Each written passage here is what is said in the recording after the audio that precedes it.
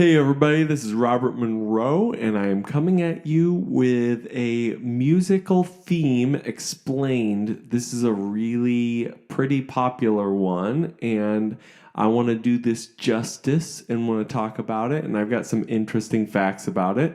Before we get into that, I'd love if you would like the video, go ahead, leave a comment, leave your subscription to my account, because that helps me out a lot and makes it more possible for me to make more videos, which I would love to do, and I'm sure you'd love to watch them. So anyway, let's get into it. Let's talk about The Simpsons.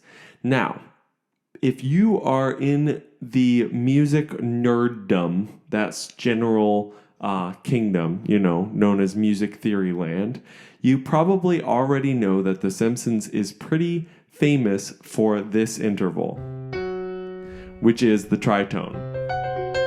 When you are doing something called interval ear training, you use the Simpsons theme as one of the examples. Maria's the other one. Maria, I just met a girl named Maria. Anyway, so let's get into playing the Simpsons theme just to give you an overview if you're not familiar with it, and then we will talk about it. So here we go. I'm just going to give you a little taste of the Simpsons.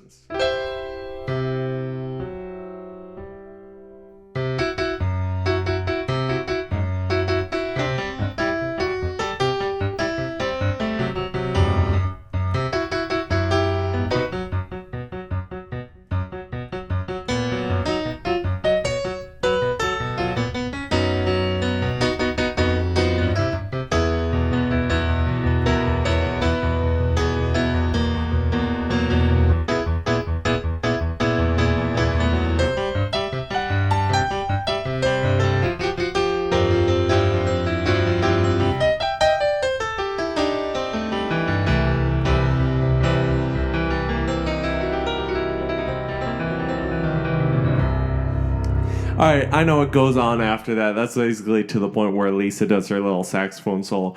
Anyway, you get the idea. And there's a few different things that really make this iconic. I think the first is that opening line, The Simpsons. Now you might go, what possessed Danny Elfman? By the way, that's the first tidbit I'm going to drop. Danny Elfman, Tim Burton's partner in crime, the dude that has made like every iconic, slightly creepy musical thing ever, the dude that just recently composed the music for the latest Doctor Strange movie, that Danny Elfman. Yeah, he is amazing. Anyway, the Danny Elfman is who wrote the Simpsons music. And the first thing is that interval. Now, intervals really tell a lot of a story. If you have a smaller interval, it sort of sets up for this easy time, easily digestible, like Happy Birthday. You've got Brahms' Lullaby. So all of those intervals really tell a story. But the interval of the tritone is very striking. It's shocking. It's a little scary, but also a little exciting. So the fact that the beginning is literally just that naked tritone, The Simpsons, also in the context of a major chord, implying Lydian, which is kind of a fun mode, but then very quickly there's also the introduction of occasionally this B flat in there too. So now you have Lydian dominant, which all your jazzers are going, oh, I know Lydian dominant. But that's the idea there.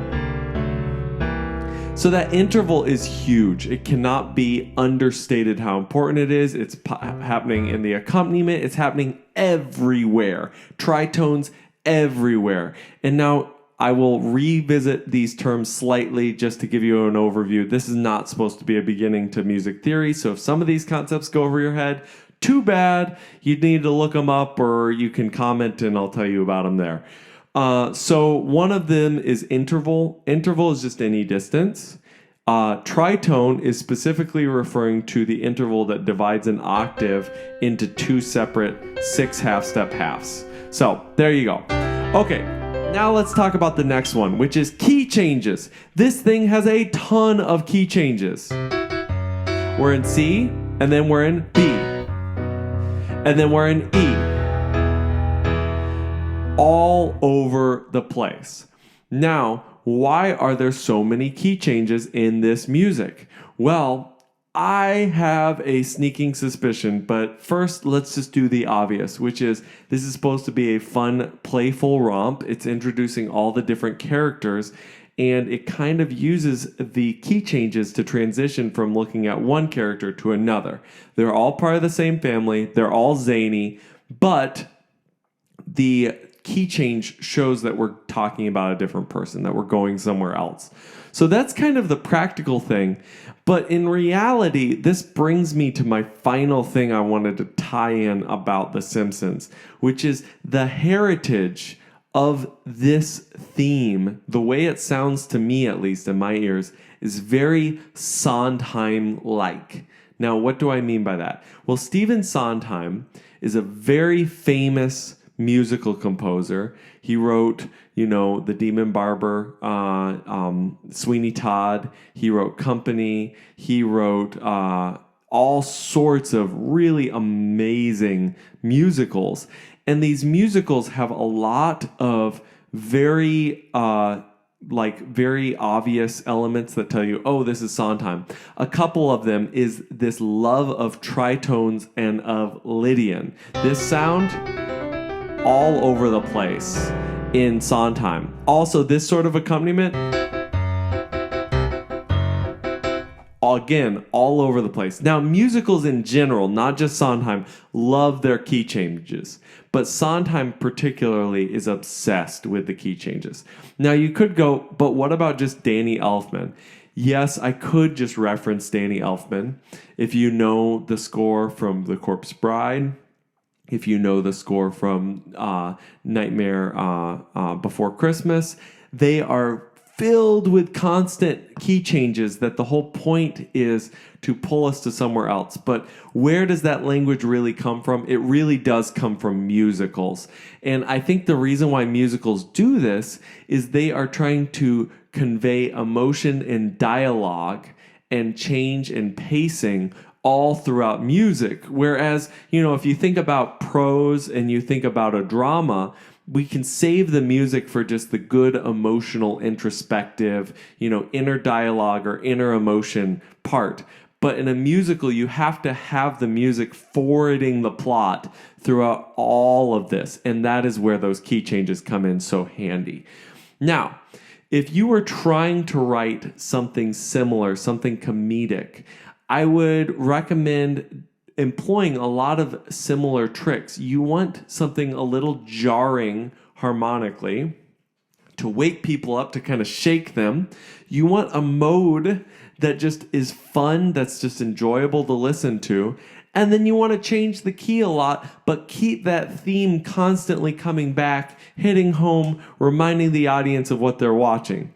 So let's just try some of those things.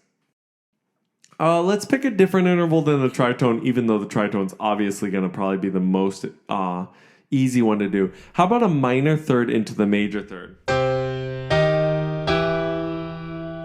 That could kind of work. Let's put it in G so we're not obviously Simpsoning it up.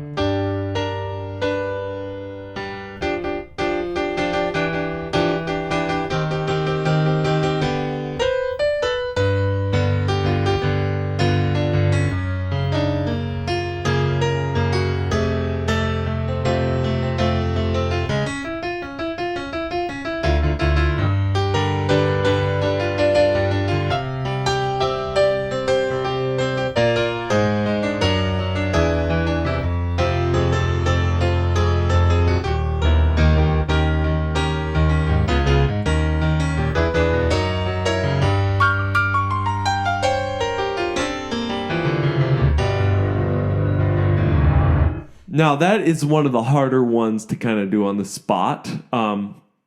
That's really the type of thing that very much benefits from having that moment to actually compose and intentionally think about where you're headed next.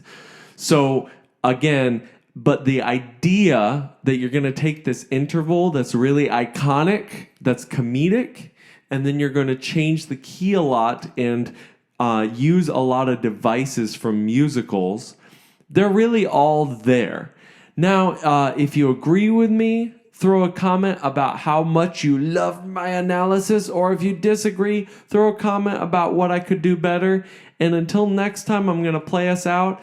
Like the video, and please subscribe. It really does help. And I'll catch you later.